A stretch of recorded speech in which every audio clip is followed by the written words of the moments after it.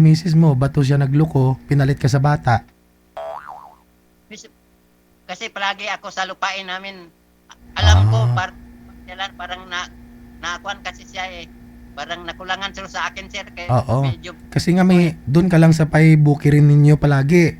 Doon ka lang nagbubungkal-bungkal ka ng lupa doon. Siya hindi mo na nabubungkal. Kaya ganun siguro. Bihira lang kasi umuwi, sir eh. Bihira lang umuwi. Bakit malayo yung bukirin ninyo doon sa bahay ninyo mismo? Medyo malayo-layo. Tagilang araw po kayo bago makakauwi.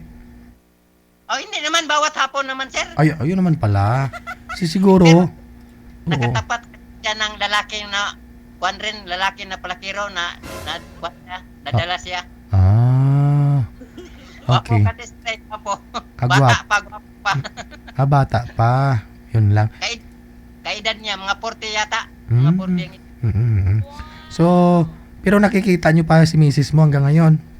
Makita namin niya lang sa unahan, sir. Kabilang malapit lang dito. Walking distance lang, ganun? Opo. Magkita kayo anong senaryo? Ano mga nangyayari kapag nakikita kayo? Pag kunyari magkasalubong kayo sa daan? Medyo nahiya siya sa akin kasi ako naman akong dumaan sa kalsada kasi mayroon naman akong estudyante. Oo. Siya medyo nahiya siya, nagtatago sa bahay. Oo. Pero hindi niya po ba hindi kanya sinuyo, umingi ng patawad, makipagbalikan sa'yo? Ayaw ko rin na, sir. Iba, kahit may edad na ako, ayaw ko kasi alam na natin eh. Hindi. So wala ka pong balita kung hanggang ngayon sila po ba ng ng lalaki na pinalit sa'yo? Palagi naman silang nagsama, sir. Palagi nakita sa pinsan ko. Dami naman akong kamag-anak dito. Palagi silang magkasama ho sila, naglalakad, namamasyal. Opo. Pero how about kapatid sa asawa ko nagsabi, kapatid sa asawa. Kamusta naman si misis mo? Kamusta naman yung komunikasyon in between sa mga anak ninyo? Dito sa akin, okay naman. Hindi naman pabayaan. Naman. Binigyan namin ng allowance, yung college. Wala naman, palipat-lipat naman yung asawa ko, yung anak ko. Hingi ng pira, panggastos. Okay. At least hindi niya naputol yung niya, no? Obligasyon o ano. Hindi namin kinuha ng anak, steady yung anak. Pinaaral namin yung anak. Oo. Hindi namin. Hiwalay lang kayo pero yung mga anak ninyo dapat hangga't maaari hindi apektado, no? Dili. Dito sa bahay namin.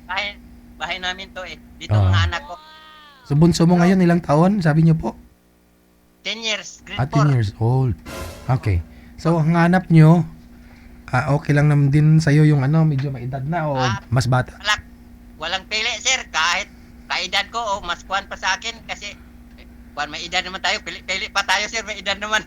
Basta may buho. Basta may buho, no? Hindi na masyadong kuwan, sir. Kasi may edad na. Hindi na masyadong buho. Kuwan na yan. Limutan lang yung buho minsan. Buho ng ilong. Dapat merong buho na yung ilong. Butas ba? Para makahinga. Sana ho si Madam M mo kasi kanina tumawag po yun, no? Gusto niya mas may edad ho sa kanya kasi 47 po siya ngayon. So ikaw po yung napili na manager. Kasal po ba kayo, sir, doon sa... Kasal. Kasal. So pareho lang din po sana kayo ni Madam Malu kanina, no? Maluwang. Hindi na siya na-contact manager? Hindi na daw siya online, sir. Paano po kaya? Hahanap ako si manager ng iba, sir, Okay. Basta mayroong katapat. Mayroong katapat. Sige. Standby lang po kayo dyan.